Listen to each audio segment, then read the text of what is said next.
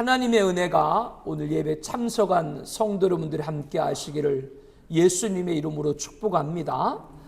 요한복음 21장 1절이 기록된 디베라는 갈릴리 호수의 또 다른 명칭입니다.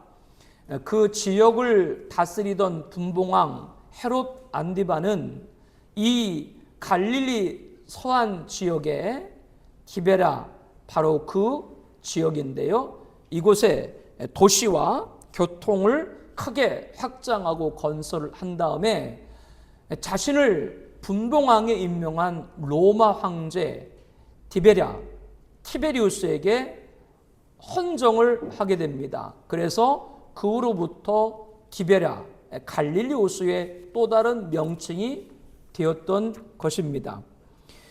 이 갈릴리 호수는 예수님의 공생의 시작과 끝에 스토리가 있습니다.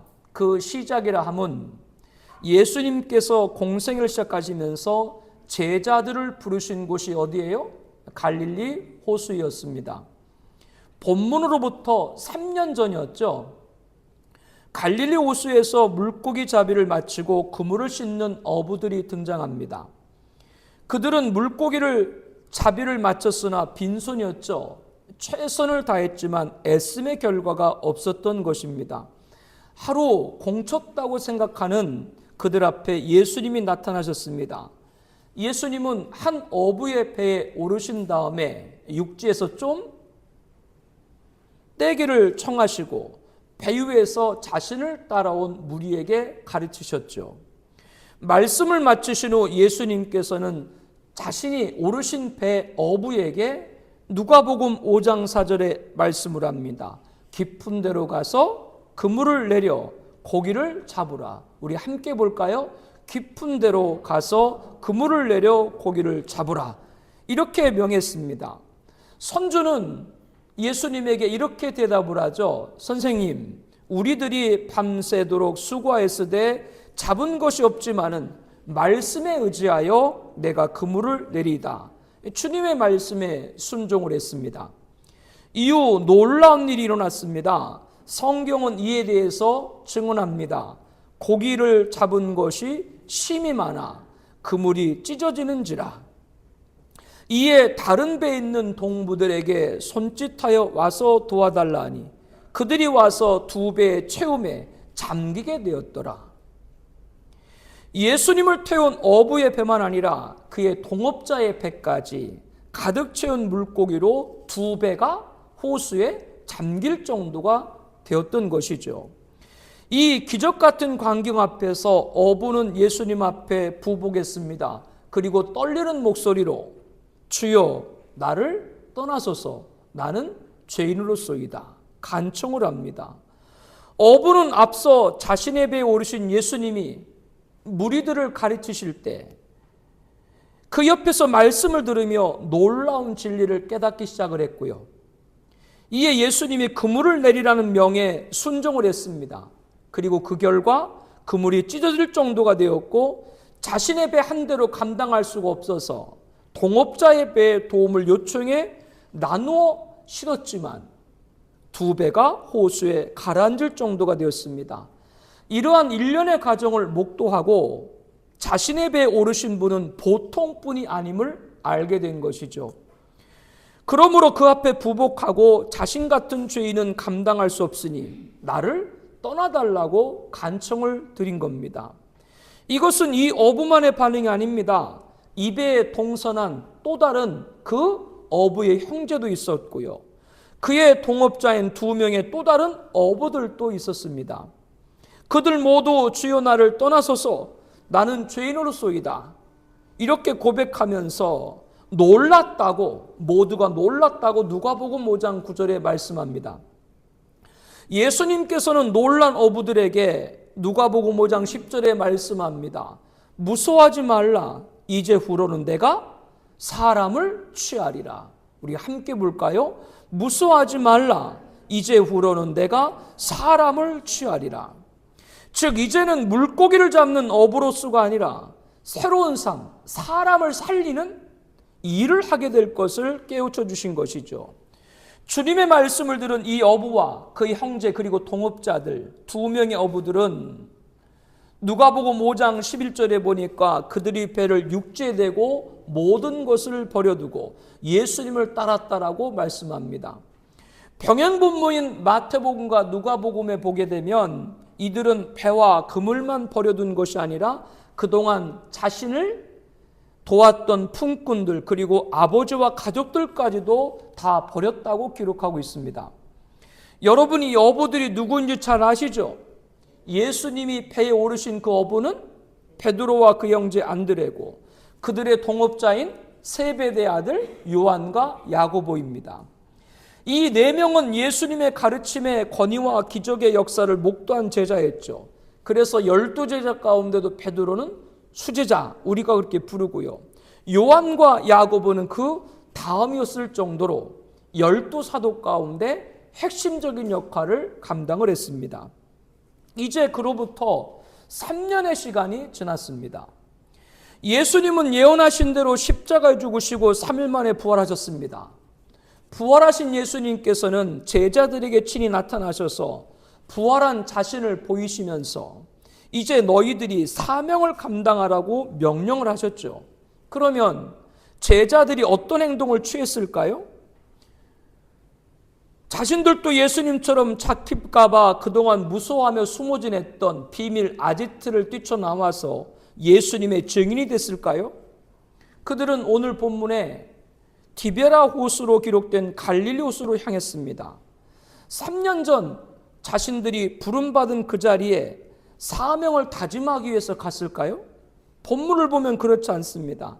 등장인물을 보게 되면 베드로, 도마, 나다니엘, 요한과 야고보 그리고 이름이 기록되지 않은 2명의 제자 포함 7명인데요. 12제자 가운데 예수님을 판 가룟 유다를 제외하고 11명 가운데 7명 11명의 제자 가운데 절반이 훌쩍 넘는 7명이 갈릴리 호수로 가게 된 이유가 무엇입니까? 21장 3절에 이렇게 말하죠. 시몬 베드로가 나는 물고기 잡으러 가노라. 어떻게 베드로가 말을 하고 있어요? 나는 물고기 잡으러 가노라. 언제나 앞장서는 아니 나서기라고 해도 과언이 아닌 베드로. 이번에도 주도적인 역할을 합니다. 나는 물고기 잡으러 가노라. 지금 베드로는 3년 전에 예수님 부름을 받고 3년 내내 예수님 공생애와 함께했고 예수님 십자가에 달리시기 전날 밤 잡혀가실 때 공경을 피해 도망쳤었습니다. 그래도 양심의 가책으로 끌려가시는 예수님을 따라가다가 대세양집 여종에게 예수님을 부인하며 저주하고 맹세하는 모욕을 당하기도 했죠. 예수님 십자가 현장은 갈 엄두조차 못하고 다른 제자들과 함께 숨어 있었습니다. 그런데 친히 부활의 주님이 나타나셨습니다. 이렇게 예수님의 부름의 소명과 함께하는 동행과 모른다던 부인과 무서워 숨었던 은혜와 다시 사신 부활의 감격을 체험하고 예수님의 그러한 은혜를 체험하고도 베드로의 결론은 뭐예요? 다시 어부, 물고기 잡으러 가노라. 이게 베드로의 결론이었던 거죠. 그리고 가려면 조용히 혼자 가지. 다른 5, 6명의 제자들한테 뭐라 그래요? 나는 물고기 잡으러 가노라. 무슨 바람잡이인가? 마치 동요를 일으키는 듯한 발언 아니겠습니까?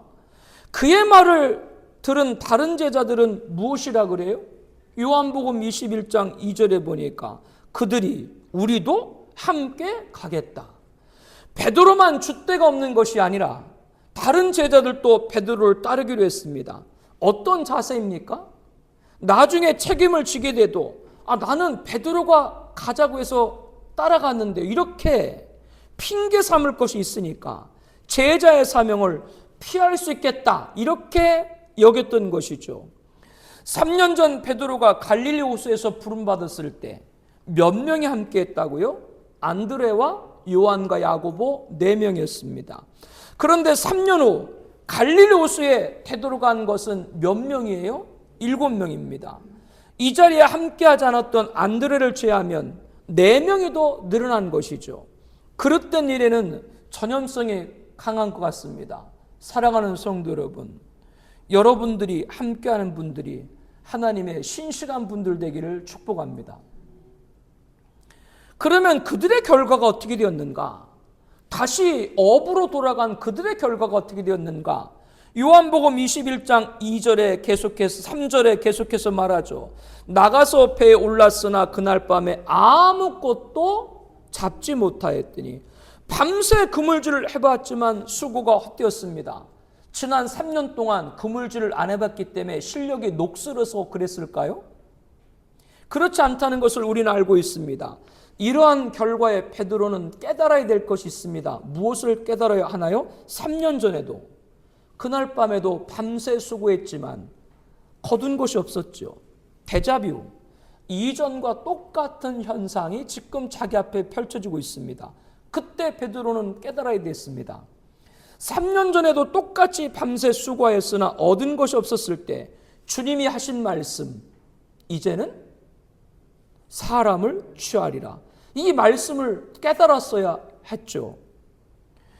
요한복음 21장 4절에 우리 함께 볼까요? 날이 새어갈 때 예수께서 바닷가에 서셨으나 제자들이 예수인 줄 알지 못하는지라. 이 말씀은 베드로와 다른 제자들이 물고기를 잡기 위해 밤새 그물질을 할 때 그 모든 모습을 예수님이 보셨다는 말씀 아니겠습니까?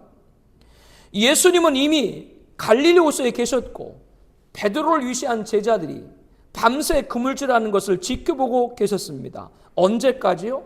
깊은 밤을 지나서 이른 새벽 동틀 때까지 주님은 제자들의 모든 행동을 주시하고 있었습니다. 이렇게 주님은 분명 바닷가에 서 계셨는데 제자들은 자신을 지켜보고 계신 예수님을 알아보지 못했다라고 말씀합니다. 얼마나 열심히 밤새도록 그물질을 했으면 해변에 서 있는 예수님을 알아보지 못했을까요? 눈이 어두운 거죠. 3년 전 똑같이 빈 그물에 허망해하고 있는 제자들에게 예수님은 말씀합니다. 요한복음 21장 5절에 예수께서 이르시되 얘들아 너에게 고기가 있느냐 대답하되 없나이다. 이르시되 그물을 패 오른편에 던지라. 그리하면 잡으라 하시니 이에 던졌더니 물고기가 많아 그물을 들 수 없더라. 이 상황도 3년 전과 똑같죠. 빈손인 제자들에게 예수님은 그물을 패 오른편에 던지라고 했습니다. 그리하면 잡히라고 했습니다. 그 말씀대로 던졌더니 물고기가 많아 그물을 들 수 없게 되었다라고 말씀합니다. 그런데 그때까지도 제자들은 자신들에게 그물을 던지라고 말하신 분이 예수님인지 알지를 못했어요. 본문에 예수님께서 사랑하시는 자, 사랑하는 그의 제자 누구예요? 사도 요한이죠. 사도 요한이 뒤늦게 예수님인 걸 알아보고 베드로에게 주님이시다 이렇게 말을 하죠. 주님을 알아본 것은 사도 요한이었는데 이때도 역시 예수님에게 가장 먼저 달려간 건 누구예요? 나석이니까 베드로는. 다른 제자들은 주님이 계신 바닷가 쪽으로 노를 젓고 있는 사이에 베드로는 그 시간을 질지없어 바다로 뛰어내리더라고 요한복음 21장 7절에 말씀합니다. 그 사이 다른 제자들은 오식한 약 90m 정도 해변과 거리를 두고 작은 배로 갈아타고 물고기에 든 그물을 끌고 와서 육지에 오르게 되죠. 먼저 도착한 베드로와 다른 제자들이 예수님 앞에 섰습니다. 다시 갈릴리 호수로 돌아간 제자들 그 앞에 예수님이 섰어요. 지금 어떤 장면이 연출되는 거예요? 난감하지. 난감해. 이런 상황을 어떻게 표현할 수가 있겠어요? 무슨 말을 예수님에게 드릴 수가 있겠어요? 민망하죠. 정적이 얼마나 시간이 지났을까? 예수님은 제자들에게 요한복음 21장 12절에 보니까 와서 뭐를 먹으라? 조반을 먹으라. 제자들은 주님이신 줄 아는 거로 당신이 누구냐 감히 묻는 자가 없더라. 유구무원인 것이죠. 이런 상황에서 뭘 얘기할 수가 있겠어요? 요한복음 21장 12절 말씀 볼까요? 예수께서 이르시되 와서 조반을 먹으라 하시니 제자들이 주님이신 줄 아는 고로 당신이 누구냐 감히 묻는 자가 없더라. 당시 상황에서 예수님 앞에 선 제자들이 얼마나 송구했었는가를 알게 하는 말씀이죠. 앞절 요한복음 21장 9절에 보면 육지에 올라보니 숯불이 있는데 그 위에 생선이 놓였고 떡도 있더라, 이렇게 기록하고 있는데요. 이것을 볼 때 예수님은 언제부터 갈릴리 호수에 계셨는지를 알 수가 있습니다. 예수님은 제자들이 갈릴리 호수에 오기 전에 이미 와서 갈릴리 호수에 계셨던 것이죠. 물론 제자들이 배에 올라 밤새 물고기 잡을 때 오셨다라고 볼 수도 있는데요. 또 4절에 보게 되면 날이 새어갈 때 오셨다라고 볼 수도 있는데요. 숯불을 피우고 생선과 떡을 구운 시간을 볼 때, 그리고 1절에 그 후에 예수께서 디베라 호수에서 또 제자들에게 자기를 나타내셨으니 이 말씀을 볼 때 예수님은 제자들이 갈릴리 호수 오기 전에 이미 갈릴리 호수에 오셨다고 하는 것을 우리들이 상황을 통해서 보게 되는 겁니다. 제자들이 부활하신 예수님을 보고도 그들은 아직도 깨닫지 못하고 다시 갈릴리 호수로 갈 것도 예수님은 아셨던 것이죠.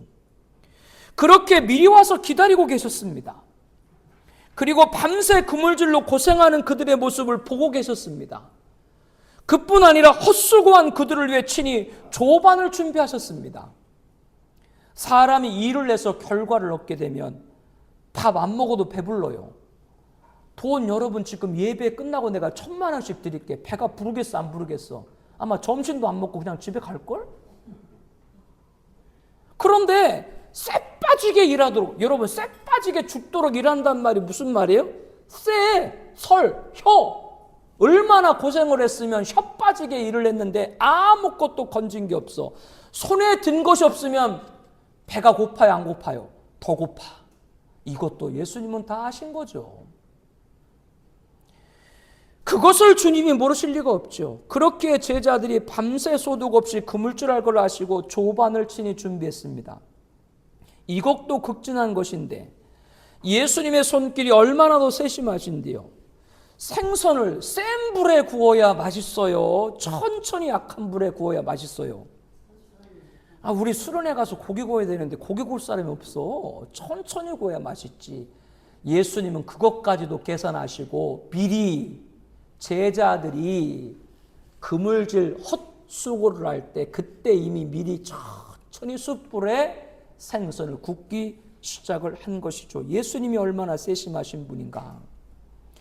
떡과 함께 따뜻한 아침을 준비한 겁니다. 우리 예수님은 자신의 뜻을 모르는, 따르지 않는 자라도 택자라면 이렇게 자상하게 정성껏 준비하시는 분인 줄로 믿습니다.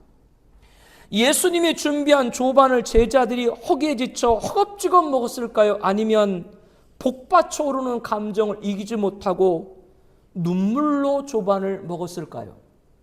모르긴 몰라도 후자였을 겁니다.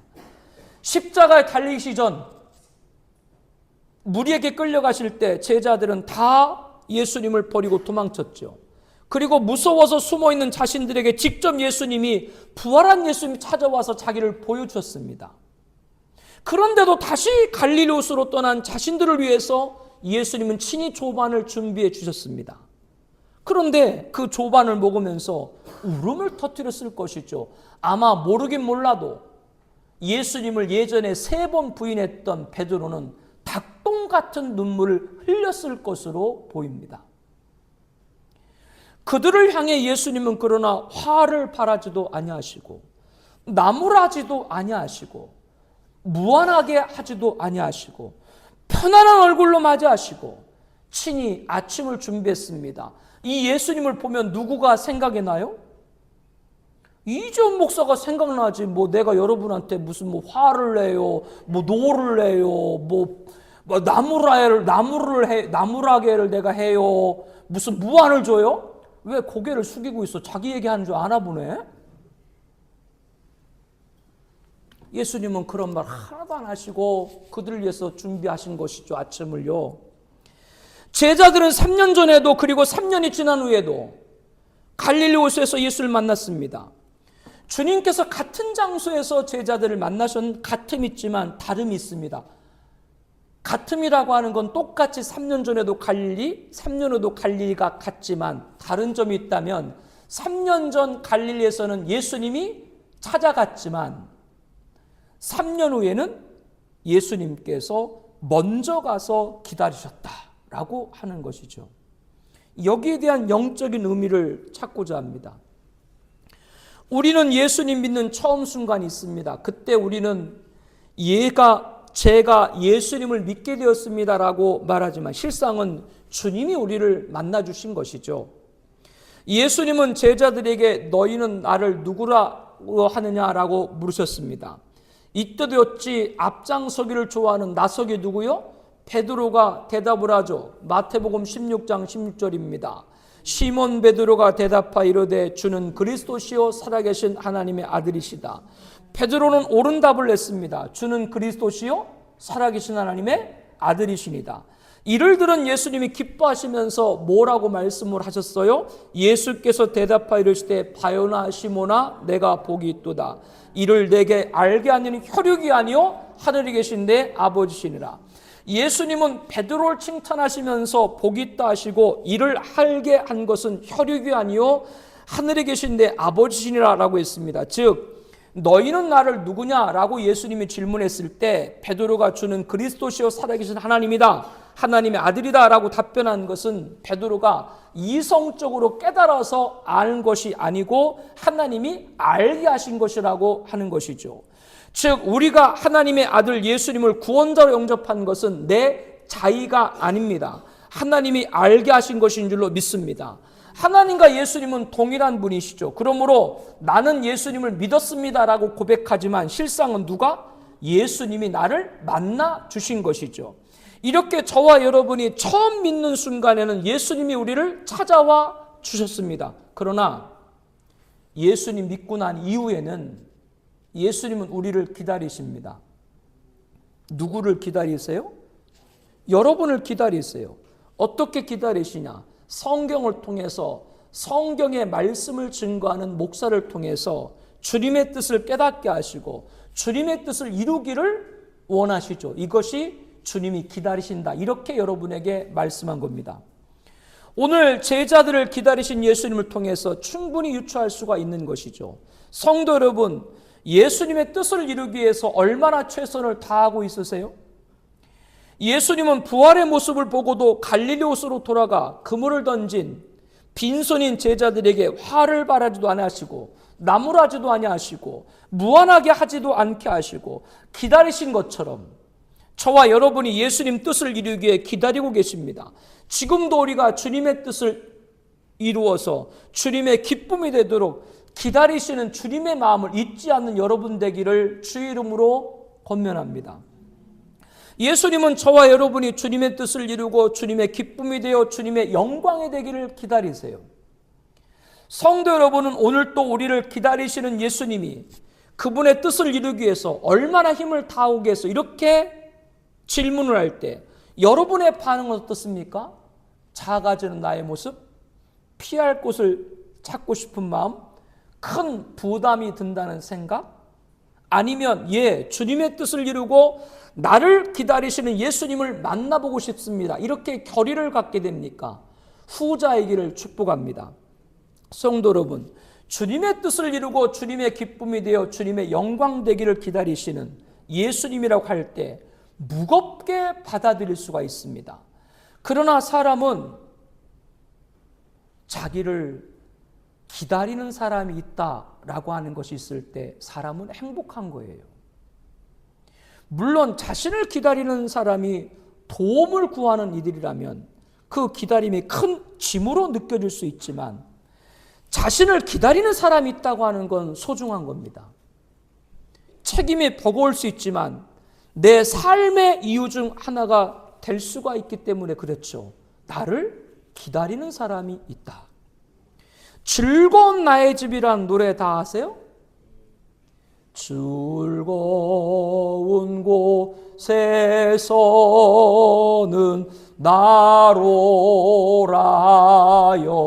나로라여도 내 쉴 곳은 작은 집 내 집뿐이라. 내 나라 내 기쁨 길이 이실 곳도 꽃 피고 세우는 내 집뿐이리. 오 사랑 나의 집 즐거운 내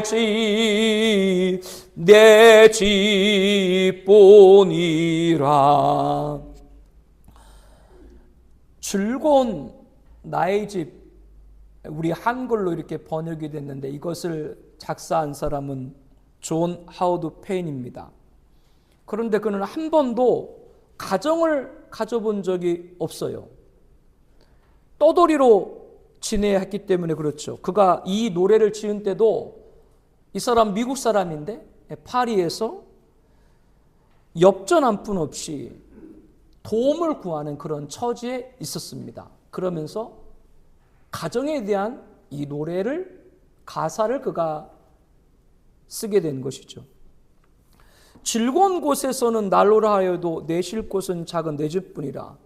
세상 어떤 곳, 즐거운 곳도 내 가정과 내 집에 견줄 수가 없다라고 하는 의미가 담겨 있죠. 그런데 여러분, 우리 가정, 집이 정말 마냥 즐거운 곳이기만 합니까? 부모에게는 자녀를 양육하고 교육하고 혼사시켜야 되는 큰 책임이 있습니다. 자식은 연로한 아버지 어머니를 봉양하고 염려 없게 하고 편안하게 해드려야 되는 큰 짐이 없습니까? 따지고 보면 가정만큼 나에게 큰 짐이 있는 곳이 없습니다. 그러나 우리는 그 큰 짐이 아닌 소중함을 가정에서 씁니다. 나를 눈에 넣어도 안 아프게 키워준 부모가 나를 기다리고 있기 때문이죠. 다른 누구에게도 들을 수 없는 엄마 아빠로 부르는 자녀들이 나를 기다리고 있기 때문이죠. 가정을 세워가야 하는 큰 짐이 있지만 나의 부모, 나의 자녀가 기다린 기다림이 그 큰 짐을 이기게 되는 겁니다. 기다림. 나를 기다려주는 사람이 있다. 기다림이 이렇게 큰 거죠. 나는 생존자다라고 하는 한 프로그램에서 방영한 것이 있는데요. 그 중에 지존파를 다뤘습니다. 1994년인가요? 정말 사회적으로 큰 물의를 일으켰죠. 야타족, 야타. 그때만 해도 자가용이 많지 않을 테니까 젊은 애들이 야타족, 오렌지족, 유학한 애들이죠. 클럽에서 마약을 하고 또 그때 예체능계 비리가 막 터져가지고 돈으로 대학을 가고, 그런데 자신들은 시골에서 제대로 배우지도 못하고 가진 자만 더 갖고 여기에 이제 불만을 갖고 조직을 구성을 해서 10억을 모을 때까지 범죄를 계획을 하고 진행을 했습니다. 사람을 납치하고 돈을 갈취하고 뜻을 이루어도 뜻을 이루지 못해도 사람을 살해하고, 그 살해한 사람을 찾지 못하도록 집에 특별히 설치한 소각장에서 직접 사람을 태우고 인육을 직접 먹고 그런 끔찍한 일을 벌였습니다. 7명인가 8명인가가 그 지존파란 일당이었는데 그들이 스스로가 우리는 인간이 아니다라고 말을 했는데 교도소에서 목사님을 만났죠. 다 예수님을 믿었습니다. 사형당하기 일주일 전에 편지를 썼죠. 저희들이 이제 지존파가 아니라 하늘나라파로 살겠습니다. 제가 범죄하기 전에 예수님 만났다면 이런 일을 안 했을 겁니다. 모두 예수님 믿으세요. 이런 말을 남겼고, 그리고 그 중에 한 사람이 얘기를 했어요. 왜 이런 일을 했니라고 목사님이 물어보니까 어릴 때 엄마가 나와 동생들을 다 버려두고 집을 나간 거예요. 집에 오면 나를 기다려주는 엄마가 없다. 그 어릴 때부터 그 공허함으로 인해서 그렇게 곁길로 나를 기다려주는 사람이 없다라고 하는 것이 얼마나 큰 불행인가. 그와 같이 주님의 뜻을 이루고 주님의 기쁨이 되어서 주님의 영원한 되기를 기다리시는 예수님을 큰 짐으로 느끼지 말아야 됩니다. 왜? 그분은 지금도 두 팔 벌려서 저 영원한 나라 천국에서 우리를 기다리고 계시는 줄로 믿습니다. 내 인생의 종국이 천국이다라고 하는 걸 믿을 때 나를 위해 십자가에 죽으심으로 구원을 주신 예수님께서 기다리심을 아는 우리 모두가 되기를 바랍니다. 그래서 가사를 좀 개사를 해봤어요. 즐거운 곳에서는 날로라 하여도 내 쉴 곳은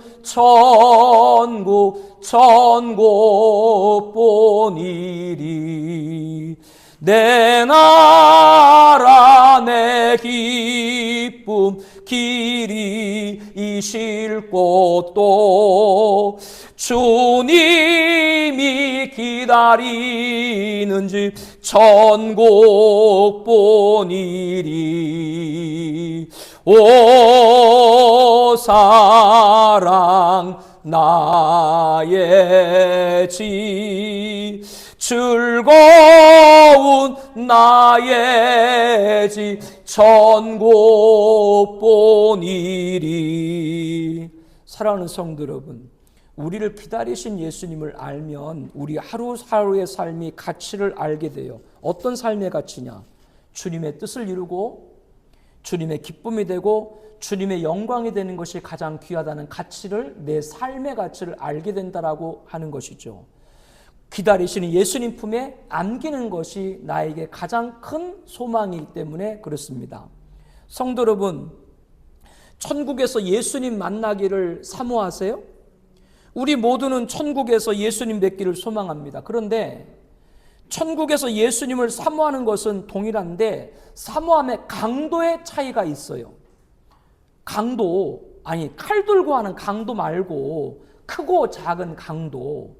고린도후서 5장 1절에 말하죠. 만일 땅에 있는 우리의 장막의 집이 무너지면 하나님께 지으신 집 곧 손으로 지은 것이 아니요 하늘에 있는 영원한 집이 우리에게 있는 줄 아느니라. 우리의 장막의 집은 저와 여러분의 육체를 말합니다. 이 육체는 기한이 있죠. 무너지면 라고 하는 건 우리가 죽음을 맞는다 그 말이죠. 인간의 사후에는 하나님께 지으신 집 곧 손으로 지은 것이 아니요 하늘에 있는 영원한 집, 어디를 말해요? 천국인 것이 분명하죠. 하늘에 있는 영원한 집이 우리에게 있는 줄 아느니라. 이렇게 예수 믿는 성도는 누구라면 천국이 나를 위해서 준비되고 있는 것을 다 믿는다는 것이죠. 그리고 이어서 말씀을 보면요, 참으로 우리가 여기서 탄식하며 하늘로부터 오는 우리 처소 덧입기를 간절히 사모하노라. 우리가 여기서 탄식하며 라고 하는 건 지금 이 세상에서 삶이 고통스러워가지고 한숨 쉬며 원망한다는 뜻이 아니고 우리가 이 세상보다 더 나은 본향인 천국을 사모한다는 역설적인 표현입니다. 그런데 이 하늘로부터 오는 우리 처소로 묘사된 천국을 사모하는데 어떻게 사모하라? 간절히 사모한다라고 말씀합니다. 사모함과 간절히 사모함은 같은 사모함이 있지만 강도의 차이가 있는 것이죠. 그리고 간절히 사모란 말씀에는 그렇지 못한 성도들에게 도전을 주고 있는 겁니다. 천국에서 나를 기다리시는 주님 뵙기를 사모하는데 그냥 사모하는 자가 되지 말고 간절히 사모하는 자가 되라는 말씀입니다. 왜 천국에서 나를 기다리시는 주님을 간절히 사모를 해야 되는가? 두 가지를 말씀드릴 수 있습니다. 천국에서 나를 기다리시는 주님 뵙기를 간절히 사모하는 성도는 이 세상에서 주님의 뜻을 이루고 주님의 기쁨이 되고 주님의 영광 되기를 기다리시는 예수님 마음에 합한 자로 살게 될 줄로 믿습니다. 간절한 사람은 그렇게 합한 자로 사는 것이죠. 성도 여러분, 우리 인생의 종국을 생각하십시다. 나의 마지막은 천국에서 나를 기다리시는 주님을 뵙는 겁니다. 스데반 집사님 아시죠? 돌을 들고 자신을 향해서 빛처럼 그 돌을 던지려고 한 자들 앞에 스데반 집사님은 이렇게 말합니다. 사도행전 7장 55절입니다. 스데반이 성령 충만하여 하늘을 우러러 주목하여 하나님의 영광과 및 예수께서 하나님 우편에 서신 것을 보고 말하되 보라 하늘이 열리고 인자가 하나님 우편에 서신 것을 보노라. 스데반은 빛발같이 쏟아지는 돌에 맞으면서도 하늘의 영광을 보고 그 영광 우편에 계신 주님을 봤습니다. 자기를 맞이하기를 기다리신 주님을 봤기 때문에 빛처럼 쏟아지는 돌을 맞으면서도 두려워하지 않고 오히려 그 자리에 있는 자들에게 말을 하는 것이죠. 주 예수여 내 영혼을 받으소서.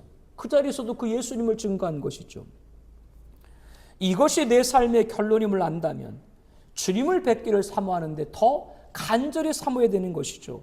그러므로 지금 이 세상에서 주님의 뜻을 이루고 주님의 기쁨이 되어 주님의 영광이 되고자 힘을 다하고 물러서 먹고 끝까지 가게 되는 겁니다. 간절히 사모하는 자는 주님을 만나기를.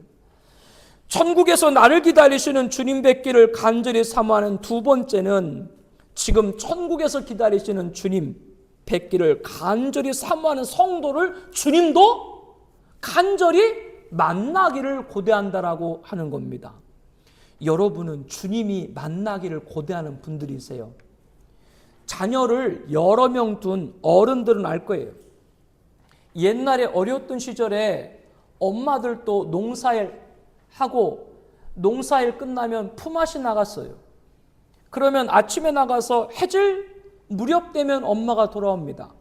그때 하루 종일 일한 엄마를 위해서 걸레 빨아서 집안 깨끗이 닦아놓고 가마솥에 쌀 씻어 앉혀서 밥 해놓고 아궁이에 장작불 피워가지고 반찬들도 만들고 장독대 가서 된장 퍼다가 된장국도 끓여놓고 밑반찬도 놓고 밥상을 차려놓습니다. 여러 명 자식 가운데도 그런 자녀가 있다니까요. 똑같이 엄마를 기다려도 엄마가 뭐 먹을 거 안 사오나 엄마 손만 바라보는 애가 있는가 하면 앞에 말한 대로 하루 종일 일하는 엄마를 위해서 저녁상을 준비한 자녀도 있다. 어느 자식이 더 얼마나 엄마를 간절히 사모하는가를 알 수 있죠. 그러면 그 엄마도 당연히 그 자식이 더 사랑스러운 것이죠. 내가 배 아파난 자식도 기대하는 건 다 다른 거예요. 손가락 깨물면 아파요, 안 아파요? 열 손가락 깨물면 다 아프죠. 근데 손가락 기락지는 똑같아, 다 틀려. 기대하는 자식은 따로 있다, 그 얘기예요. 왜? 나를 사모하는데 그 아이가 주님도 마찬가지다.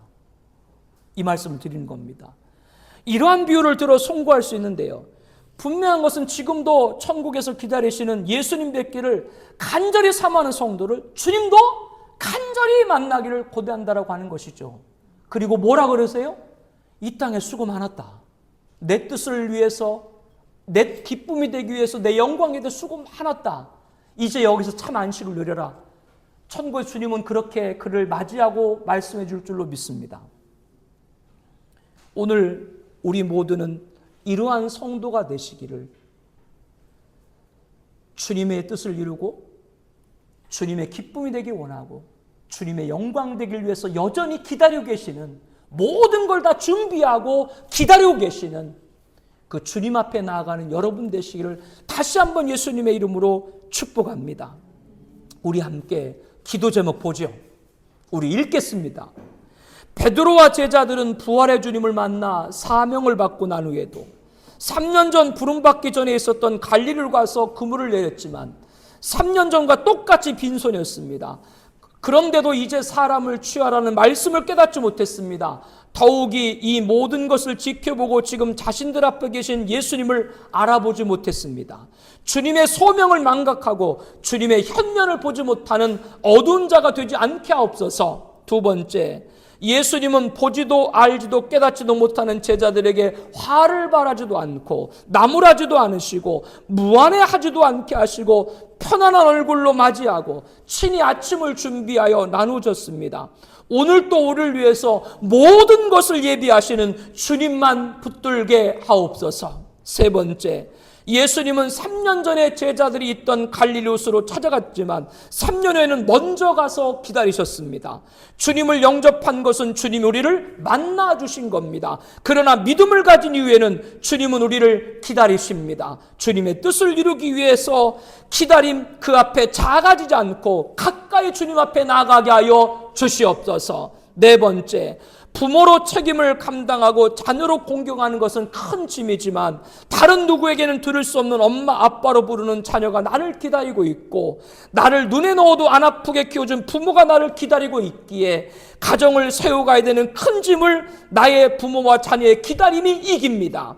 주님의 뜻을 이루고 기쁨이 되어 영광의 되기 원하는 기다림이 큰 짐이 아니라 주님이 지금도 두 팔 벌려 천국에서 우리를 기다림이 이기게 하여 주시옵소서. 영원한 나라의 소망을 볼 수 있는 영광을 알게 하여 주시옵소서.